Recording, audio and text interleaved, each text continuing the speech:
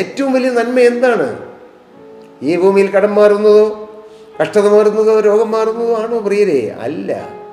നിങ്ങൾ തിരിച്ചറിയൂ, ഈ ഭൂമിയിൽ ലഭിക്കാവുന്ന ഏറ്റവും വലിയ നന്മ ക്രിസ്തുവിനെ ലഭിക്കുന്നതാണ്. യേശുവുമായിട്ടുള്ള ബന്ധം ലഭിക്കുന്നതാണ്. നിത്യജീവൻ്റെ അവകാശം ലഭിക്കുന്നതാണ്. യേശുവിനെ കണ്ടെത്താൻ ഭാഗ്യം കിട്ടുന്നതാണ്. യേശുവിനെ അപ്പാ എന്ന് വിളിച്ച് സ്നേഹിക്കാനുള്ള പദവി കിട്ടുന്നതാണ്. ആ പുത്രത്വത്തിൻ്റെ പദവി കിട്ടുന്നതാണ് ഏറ്റവും വലിയ ഭാഗ്യം.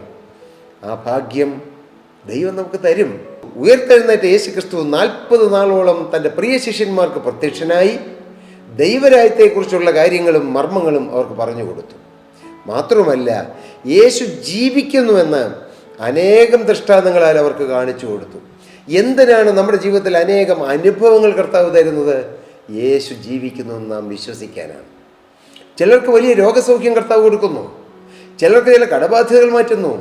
ചിലരിൽ നിന്ന് ഭൂതങ്ങൾ വിട്ടൊഴിഞ്ഞു പോകുന്നു. ചില ഭാര്യയും ഭർത്താവും അകന്നിരിക്കുന്ന ഭാര്യയും ഭർത്താവും തമ്മിൽ അടുക്കുന്നു. ചിലർക്ക് പണത്തിൻ്റെ ഞെരുക്കം മാറ്റി കൊടുക്കുന്നു കർത്താവ്.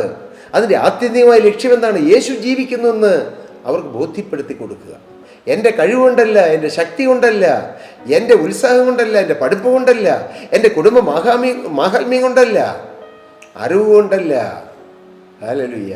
എൻ്റെ യേശു ജീവിക്കുന്നതുകൊണ്ട് നിങ്ങളുടെ ജീവിതത്തിൽ ഓരോരുത്തരുടെയും ജീവിതത്തിൽ ലഭിക്കുന്ന ഓരോ നന്മകളും എൻ്റെ യേശു ജീവിക്കുന്നുവെന്ന് സ്വയം അനുഭവിക്കുകയും ലോകത്തോട് അത് കീർത്തിക്കുകയും വിളിച്ചു പറയുകയും ഉയർത്തുകയും ചെയ്യാനുള്ള ഒരു ശ്രേഷ്ഠ അനുഭവമായി നാം കണ്ടെത്തുക.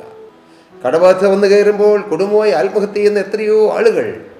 എന്നാൽ ഒരു ദൈവത്തിൻ്റെ ജീവിതത്തിൽ കടം വരുമ്പോൾ അവൻ ക്രിസ്തുവിൽ ധൈര്യപ്പെട്ടിട്ട്, ക്രിസ്തുവിൽ ഉറച്ചിട്ട്, എൻ്റെ ജീവിതത്തിൽ എൻ്റെ തലമുടി പോലും എണ്ണിയിരിക്കുന്ന എൻ്റെ ദൈവം എൻ്റെ ജീവിതത്തിൽ വരുന്നത് ദൈവം അറിയാതെയല്ല, ഞാനതുകൊണ്ട് നിരാശപ്പെടുകയില്ല, ഭാരപ്പെടുകയില്ല, എൻ്റെ കർത്താവ് പരിഹാരം തരുമെന്നുള്ള ഉറപ്പും ധൈര്യത്തോടെ നാം ധൈര്യമായി നിൽക്കുമ്പോഴാണ് ദൈവനാമം നമ്മുടെ ജീവിതത്തിൽ ഒന്ന് ഈ കടത്തിൻ്റെ വഴികളിലും മഹത്വം എടുക്കുന്നത്. അല്ലാതെ നിരാശപ്പെട്ട് ഞാനിങ്ങനെ നിരാശപ്പെട്ട് എൻ്റെ ജീവിതം എങ്ങനെയായി, എൻ്റെ ജന്മം എങ്ങനെയായി, മറ്റുള്ളവർക്ക് അങ്ങനെയല്ലല്ലോ, എനിക്കെന്താ ഇങ്ങനെ 100 ചോദ്യശരങ്ങൾ ദൈവത്തിനെതിരായി എയ്ത് സഹോദര, നിൻ്റെ ഹൃദയം കല്ലിച്ചു പോകല്ലേ, മകളെ നീ നിരാശപ്പെട്ടു പോകല്ലേ. നിന്നെ സ്നേഹിക്കുന്നൊരു യേശുവുണ്ട്.